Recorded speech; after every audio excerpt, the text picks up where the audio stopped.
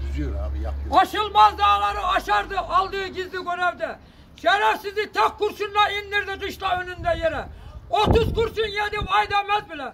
Kahraman bordo bere Halis Demir bu işte. Allah bu Halisleri vatan için yaradır. Şehit olur arkasından milyonlar ağlatır. Geçit vermez şerefsizlere, dünyayı daradır. Kahraman bordo bere Halis Demir bu işte. İsmi Türk tarihine altın harfle yazıldı.